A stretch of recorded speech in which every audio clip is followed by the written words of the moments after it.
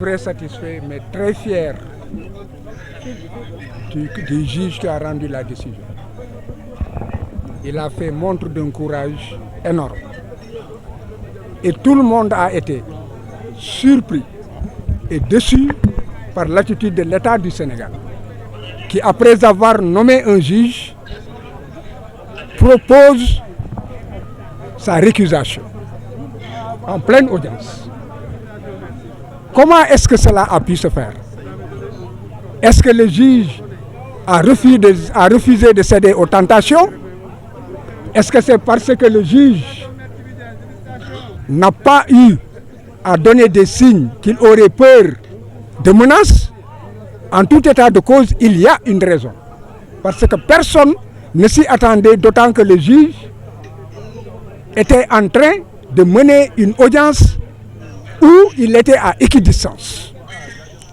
Il y a donc quelque chose qui s'est passé au sommet de l'État. Donc c'est une fierté. Mais ce qu'il faut surtout retenir, c'est que c'est un vent de liberté et d'indépendance qui souffle dans les rangs des magistrats. Un vent qui a débuté au nord avec l'avocat général Marème Diop Gueye. Tout le monde a pu apprécier son courage de dire que l'État avait tort et que l'État était dans la voie de fait et que l'État était dans l'arbitraire, qu'il ne pouvait pas priver Ousmane Sonko de ses droits et que le ministère de l'Intérieur n'était pas dans le droit, qu'il était dans l'illégalité. Un acte de courage. Et maintenant, après le nord, c'est au sud, le juge de Ziguinchor.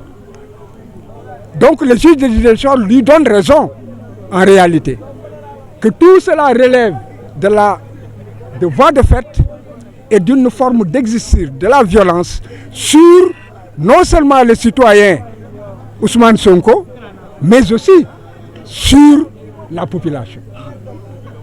Parce que c'est la somme des citoyens qui fait un peuple. Et Ousmane Sonko, aujourd'hui, dirige des millions de Sénégalais.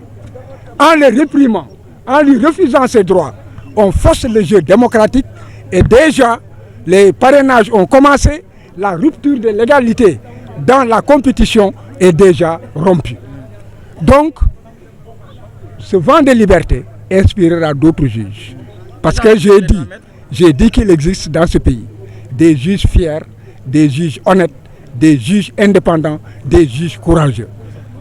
Il n'y a jamais 203. Attendons de voir le troisième. Maître l'agent judiciaire de l'État a, semble-t-il, évoqué des proximités entre le juge et un proche d'Ousmane Sonko. Que répondez-vous à cela? Si la proximité seulement devait jouer, d'abord c'est faux. Parce que Ousmane Sonko ne connaît pas le juge ne le connaît pas. C'est une vérité. Mais l'État dit que le juge aurait un frère qui serait un collègue de Ousmane Sonko. On n'a jamais parlé, il n'y a pas de lien de subordination. Il n'existe il n'y a pas de lien de parenté. Il n'y a pas de lien d'amitié. Et il n'est pas dit que le juge connaît Ousmane Sonko. Alors, mais c'est quoi la conséquence maintenant? Est-ce que cela veut dire qu'Ousmane Sonko va être candidat? Est-ce qu'il y aura une incidence sur les autres affaires judiciaires? La candidature d'Ousmane Sonko est une exigence sociale. C'est une exigence du peuple sénégalais. Est-ce que juridiquement c'est possible maintenant? Juridiquement, Ousmane Sonko doit être candidat. Nous nous battrons et le dernier mot appartient au peuple sénégalais. À partir de la décision de Ziguinchor, on peut dire que c'est acté?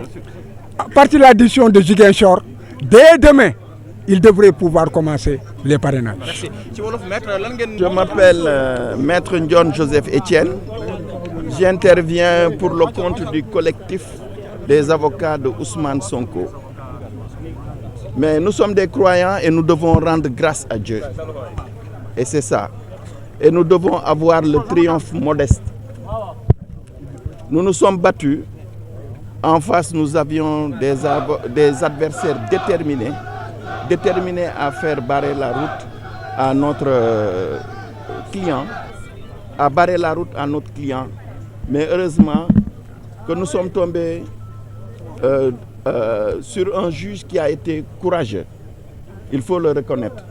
Parce que rendre une décision qui va dans le sens contraire de l'État, prendre le contre-pied de l'agent judiciaire, il faut oser, il faut être un juge indépendant pour le faire. La dernière fois, nous avions loué le courage de Madame la Présidente Marième Diop Gueye et aujourd'hui, il faut que nous le crions sur tous les toits. Dans ce pays, il y a des juges indépendants et le juge Sabassi Faye en fait partie. Il est entré dans l'histoire glorieusement. Et on disait qu'on peut entrer dans l'histoire par la grande porte, mais également par la petite porte. Lui, il n'est pas entré tristement dans l'histoire, il est entré glorieusement dans l'histoire en rendant justice à un citoyen sénégalais qui a été persécuté. Persécuté comme on n'a jamais persécuté un homme politique. Et aujourd'hui, donc, il a été rétabli dans ses droits.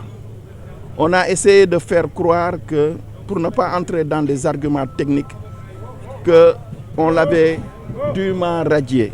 Mais le juge a dit que tout ce qui a été fait est nul et de nul effet. Et le juge a ordonné, a demandé aux services compétents du ministère de l'Intérieur de le réintégrer, de l'inscrire sur les listes afin qu'il puisse, comme tous les Sénégalais qui prétendent à diriger ce pays, donc d'aller compétir en vue des élections présidentielles. Mais est-ce qu'on peut dire qu'à l'issue de ce verdict, Ousmane Sonko sera bel et bien candidat? Pardon? Est-ce qu'on peut dire à l'issue de ce verdict que Ousmane Sonko sera bel et bien candidat? Oui, Maître Bamba Cissé va attendez, répondre. c'est-à-dire que... Merci, je dis bravo. Ouais.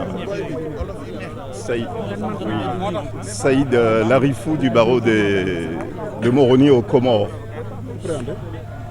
C'est une victoire, il faut la savourer.